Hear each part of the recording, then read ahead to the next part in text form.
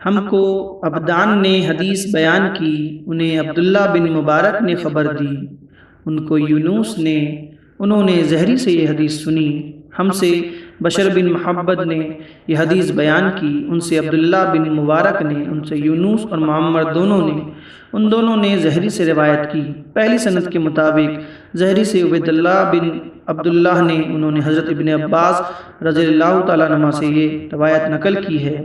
رسول اللہ صلی اللہ تعالیٰ علیہ وسلم سب لوگوں سے زیادہ سخی تھے، اور رمضان میں جبرائیل علیہ السلام آپ صلی اللہ علیہ وسلم سے ملتے، بہت ہی زیادہ جود و کرم فرماتے۔ جبرائیل علیہ السلام رمضان کی ہر رات میں آپ صلی اللہ علیہ وسلم سے ملاقات کرتے اور آپ صلی اللہ علیہ وسلم کے ساتھ قرآن کا دورہ کرتے۔ عرض ان حضرت صلی اللہ علیہ وسلم لوگوں کو بھلائی پہنچانے میں بارش لانے والی ہوا سے بھی زیادہ جود و کرم فرمایا کرتے تھے۔ صحیح بخاری حدیث نمبر 6۔ ہم کو ابو الایمان حکم بن نافع نے حدیث بیان کی، انہیں اس حدیث کی شعیب نے خبر دی، انہوں نے زہری سے یہ حدیث سنی، انہیں عبداللہ بن عبید اللہ بن عتبہ بن مسعود نے خبر دی کہ عبداللہ بن عباس سے ابو سفیان حرب نے یہ واقعہ بیان کیا کہ ہرقل شاہ روم نے ان کے پاس قریش قافلے میں ایک آدمی بلانے کو بھیجا، اور اس وقت یہ لوگ تجارت کے لیے ملک شام گئے ہوئے تھے، اور یہ وہ زمانہ تھا جب رسول اللہ صلی اللہ علیہ وسلم نے قریش اور ابو سفیان سے ایک وقتی عہد کیا ہوا تھا۔ جب ابو سفیان اور دوسرے لوگ ہرقل کے پاس ایلیا پہنچے جہاں ہرقل نے دربار طلب کیا ہوا تھا، اس کے گرد روم کے بڑے بڑے لوگ علماء و ذرا عمرہ بیٹھے ہوئے تھے۔ ہرقل نے ان کو اپنی اور ترجمان کو بلوایا، پھر ان سے پوچھا کہ تم میں سے کون شخص مدعی رسالت کا زیادہ قریبی عزیز ہے؟ ابو سفیان کہتے ہیں کہ میں بول اٹھا کہ میں اس کا سب سے زیادہ قریبی رشتہ دار ہوں۔ ہرقل نے حکم دیا کہ اس کو میرے قریب لا کر بیٹھاؤ اور اس کے ساتھیوں کو اس کی پیٹھ کے پیچھے بیٹھا دو۔ پھر اپنے ترجمان سے کہا کہ ان لوگوں سے کہہ دو کہ میں ابو سفیان سے اس شخص سے یعنی محمد صلی اللہ علیہ وسلم کے حالات پوچھتا ہوں، اگر یہ مجھ سے کسی بات پر جھوٹ بول دے تم اس کا جھوٹ ظاہر کر دینا۔ ابو سفیان کا قول ہے کہ خدا کی قسم اگر مجھے یہ غیرت نہ آتی کہ یہ لوگ مجھ کو جھٹلائیں گے تو میں آپ صلی اللہ علیہ وسلم کی نسبت ضرور غلط ہوئی سے کام لیتا۔ خیر، پہلی بات جو ہرقل نے مجھ سے پوچھی وہ یہ کہ اس شخص کا خاندان تم لوگوں میں کیسا ہے؟ میں نے کہا وہ تو بڑے اونچے عالی نسب والے ہیں۔ کہنے لگا اس سے پہلے بھی کسی نے تم لوگوں میں ایسی بات کہی تھی؟ میں نے کہا نہیں۔ کہنے لگا اچھا اس کے بڑوں میں کوئی بادشاہ ہوا ہے؟ میں نے کہا نہیں۔ پھر اس نے کہا بڑے لوگوں نے اس کی پیروی اختیار کی ہے یا کمزوروں نے؟ میں نے کہا نہیں، کمزوروں نے۔ پھر کہنے لگا اس کے تابعدار روز بڑھتے جاتے ہیں یا کوئی ساتھی پھر بھی جاتا ہے؟ میں نے کہا نہیں۔ کہنے لگا کہ کیا آپ نے اسے دعوی نبوت سے پہلے کبھی کسی بات پر جھوٹ بولا ہے؟ میں نے کہا نہیں، اور اب ہماری اس سے صلح کی ایک مقرر مدت ٹھہری ہوئی ہے، معلوم نہیں وہ اس میں کیا کرنے والا ہے۔ ابو سفیان کہتے ہیں میں اس بات کے سوا کوئی جھوٹ اس گفتگو میں شامل نہ کر سکا۔ ہرقل نے کہا کیا تمہاری اس سے کبھی لڑائی بھی ہوئی ہے؟ ہم نے کہا کہ ہاں۔ بولا پھر تمہاری اور اس کی جنگ کا کیا حال ہوا؟ میں نے کہا لڑائی ڈول کی طرح ہے، کبھی وہ ہم سے میدان جنگ جیت لیتے ہیں اور کبھی ہم ان سے جیت لیتے ہیں۔ ہرقل نے پوچھا وہ تمہیں کس بات کا حکم دیتا ہے؟ میں نے کہا وہ کہتا ہے کہ صرف ایک اللہ ہی کی عبادت کرو، اس کا کسی کو شریک نہ بناؤ، اور اپنے باپ دادا کی باتیں چھوڑ دو، اور ہمیں نماز پڑھنے، سچ بولنے، پرہیزگاری اور صلہ رحمی کا حکم دیتا ہے۔ یہ سب سن کر پھر ہرقل نے اپنے ترجمان سے کہا کہ ابو سفیان سے کہہ دے کہ میں نے تم سے اس کا نسب پوچھا، تم نے کہا کہ وہ ہم میں عالی نسب سے ہے، اور پیغمبر اپنی قوم میں عالی نسب میں ہی بھیجے جایا کرتے ہیں۔ ہم نے تم سے پوچھا کہ دعوی نبوت کی یہ بات تمہارے اندر سب سے پہلے کسی اور نے بھی کہی تھی؟ تم نے جواب دیا کہ نہیں۔ تب میں نے اپنے دل میں کہا کہ اگر یہ بات اس سے پہلے کسی نے کہی ہوتی تو میں سمجھتا کہ اس شخص نے بھی اسی بات کی تقلید کی ہے جو پہلے کہی جا چکی ہے۔ میں نے تم سے پوچھا کہ اس کے بڑوں میں کوئی بادشاہ بھی گزرا ہے؟ تم نے کہا کہ نہیں۔ تو میں نے دل میں کہا کہ اگر ان کے بزرگوں میں سے کوئی بادشاہ ہوا ہوتا تو کہہ دوں گا کہ وہ شخص اس بہانہ سے اپنے آبا و اجداد کی بادشاہت اور ان کا ملک دوبارہ حاصل کرنا چاہتا ہے۔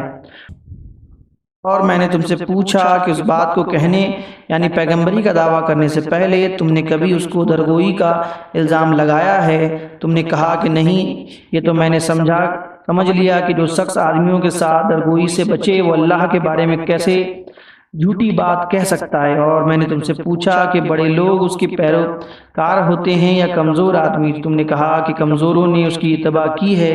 دراصل یہی لوگ پیغمبروں کے متبعین ہوتے ہیں۔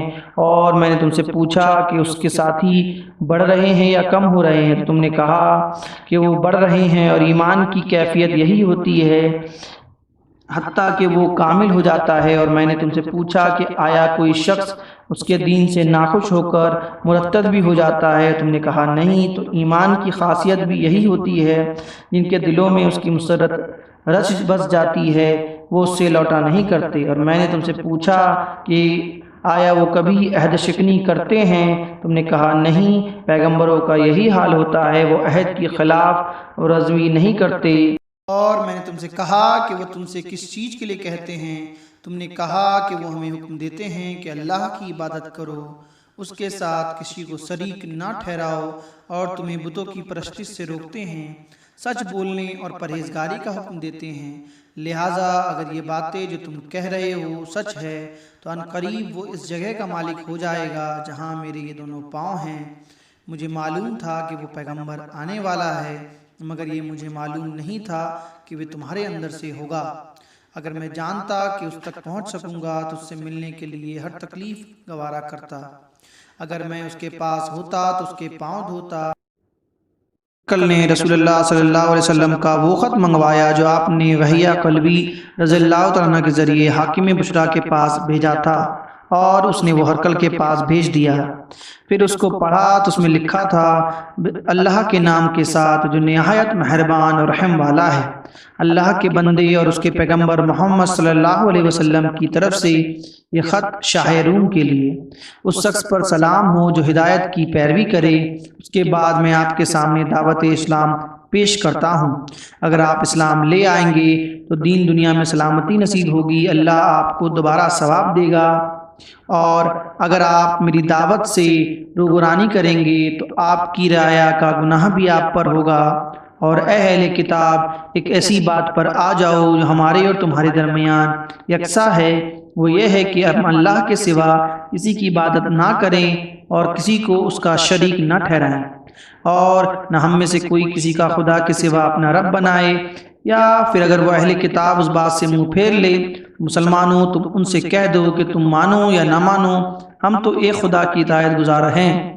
ابو سفیان کہتے ہیں جب ہرقل نے جو کچھ کہنا تھا کہہ دیا اور خط پڑھ کر فارغ ہوا تو اس کے ارد گرد بہت شور وفا ہوا اور بہت سی آوازیں انہیں اور ہمیں باہر نکال دیا گیا۔ تب میں نے اپنے ساتھیوں سے کہا کہ ابو کہشا کے بیٹے حضرت صلی اللہ علیہ وسلم کا معاملہ تو بہت بڑھ گیا ہے، دیکھو تو اس سے بنی اصغر روم کا بادشاہ بھی ڈرتا ہے۔ مجھے اس وقت اس بات کا یقین ہو گیا کہ حضور صلی اللہ علیہ وسلم ان قریب غالب ہو کر رہیں گے، حتیٰ کہ اللہ نے مجھے مسلمان کر دیا۔ راوی کا بیان ہے کہ ابن ناطور ایلیا کا حاکم ہرقل کا مشاہب اور شام کے نصارہ کا لارڈ پادری بیان کرتا تھا کہ ہرقل جب ایلیا آیا ایک دن صبح کو پریشان اٹھا تو اس کے درباریوں نے دریافت کیا کہ آج ہم آپ کی حالت بدلی ہوئی پاتے ہیں، کیا وجہ ہے؟ ابن ناطور کا بیان ہے کہ ہرقل نجومی تھا، علم نجوم میں وہ پوری مہارت رکھتا تھا۔ اس نے ہم نشینوں کو بتایا کہ میں نے آج رات ستاروں پر نظر ڈالی تو دیکھا کہ ختنہ کرنے والوں کا بادشاہ ہمارے ملک پر غالب آ گیا ہے۔ بھلا اس زمانے میں کون لوگ ختنہ کرتے ہیں؟ انہوں نے کہا کہ یہود کے سوا کوئی ختنہ نہیں کرتا، سو ان کی وجہ سے پریشان نہ ہوں۔ سلطنت کے تمام شہروں میں یہ حکم لکھ بھیجیے کہ وہاں جتنے یہودی ہوں سب کو قتل کر دیے جائیں۔ وہ لوگ انہی باتوں میں مشغول تھے کہ ہرقل کے پاس ایک آدمی لایا گیا جسے شاہ غسان نے بھیجا تھا۔ اس نے رسول اللہ صلی اللہ علیہ وسلم کے حالات بیان کیے۔ جب ہرقل نے سارے حالات سن لیے تو کہا کہ جا کر دیکھو وہ لوگ ختنہ کیے ہوئے ہیں یا نہیں۔ انہوں نے اسے دیکھا تو بتلایا کہ وہ ختنہ کیا ہوا ہے۔ ہرقل نے جب اس شخص سے عرب کے بارے میں پوچھا تو اس نے بتلایا کہ وہ ختنہ کرتے ہیں۔ تب ہرقل نے کہا کہ یہ محمد صلی اللہ علیہ وسلم اس امت کے بادشاہ ہیں جو پیدا ہو چکے ہیں، پھر اس نے اپنے ایک دوست کو رومیہ خط لکھا اور وہ بھی علم نجوم میں ہرکل کی طرح ماہر تھا۔ پھر وہاں سے ہرکل حمص چلا گیا، ابھی حمص سے نکلا نہیں تھا کہ اس کے دوست کا خط آ گیا۔ اس کی رائے بھی حضور صلی اللہ علیہ وسلم کے ظہور کے بارے میں ہرکل کے موافق تھی۔ محمد صلی اللہ علیہ وسلم پیغمبر ہیں۔ اس کے بعد ہرکل نے روم کے بڑے آدمیوں کو اپنے حمص کے محل میں طلب کیا اور اس کے حکم سے محل کے دروازے بند کر دیے۔ پھر وہ اپنے محل سے باہر آیا اور کہا، اے روم والو، کیا ہدایت اور کامیابی میں کچھ حصہ تمہارے لیے بھی ہے؟ اگر تم اپنی سلطنت کو بقا چاہتے ہو تو پھر اب اس نبی کی بیعت کر لو اور مسلمان ہو جاؤ۔ یہ سننا تھا کہ پھر وہ لوگ وحشی گدھوں کی طرح دروازوں کی طرف دوڑے مگر انہیں بند پایا۔ آخر جب ہرکل نے اس بات سے اس کی یہ نفرت دیکھی اور ان کے ایمان لانے سے مایوس ہو گیا تو کہنے لگا کہ لوگوں کو میرے پاس لاؤ۔ جب وہ دوبارہ آئے تو اس نے کہا، میں نے جو بات کہی تھی اس سے تمہاری دینی پختگی کی آزمائش مقصود تھی، سو وہ میں نے دیکھ لی۔ تب یہ بات سن کر وہ سب کے سب اس کے سامنے سجدے میں گر پڑے اور اس سے خوش ہو گئے۔ بالآخر ہرکل کی آخری حالت یہی رہی، اور ابو عبداللہ کہتے ہیں کہ اس حدیث کو صالح بن کیسان، یونس اور محمد نے بھی زہری سے روایت کی ہے۔ حدیث نمبر 7۔ عبید اللہ بن موسیٰ نے حدیث بیان کی، انہوں نے کہا کہ یہ حنظلہ بن ابی سفیان نے خبر دی، انہوں نے اکرمہ بن خالد سے روایت کی، انہوں نے حضرت عبداللہ بن عمر رضی اللہ تعالیٰ عنہ سے روایت کی کہ رسول اللہ صلی اللہ تعالیٰ علیہ وسلم نے فرمایا، اسلام کی بنیاد 5 چیزوں پر قائم کی گئی ہے۔ اول، گواہی دینا کہ اللہ کے سوا کوئی معبود نہیں اور بے شک حضرت محمد صلی اللہ تعالیٰ علیہ وسلم اللہ کے سچے رسول ہیں، اور نماز قائم کرنا اور زکوٰۃ ادا کرنا اور حج کرنا اور رمضان کے روزے رکھنا۔ صحیح بخاری حدیث نمبر 8۔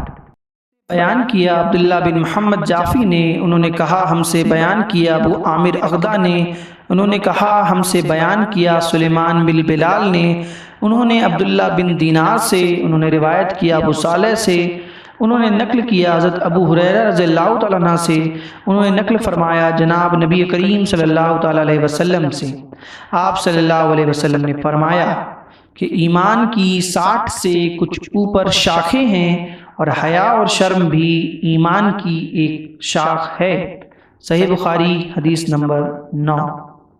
آدم بن ابی ایاس نے یہ حدیث بیان کی، ان کو شعبہ نے، وہ عبداللہ بن ابی اسفر اور اسماعیل سے روایت کرتے ہیں، وہ دونوں شعبی سے نقل کرتے ہیں، انہوں نے عبداللہ بن عمر بن عاص رضی اللہ تعالیٰ عنہ سے نبی کریم صلی اللہ علیہ وسلم روایت کرتے ہیں کہ آپ صلی اللہ علیہ وسلم نے فرمایا، مسلمان وہ ہے جس کی زبان اور ہاتھ سے مسلمان بچے رہے، اور مہاجر وہ ہے جو ان کاموں کو چھوڑ دے جن سے اللہ نے منع فرمایا۔ صحیح بخاری حدیث نمبر 10۔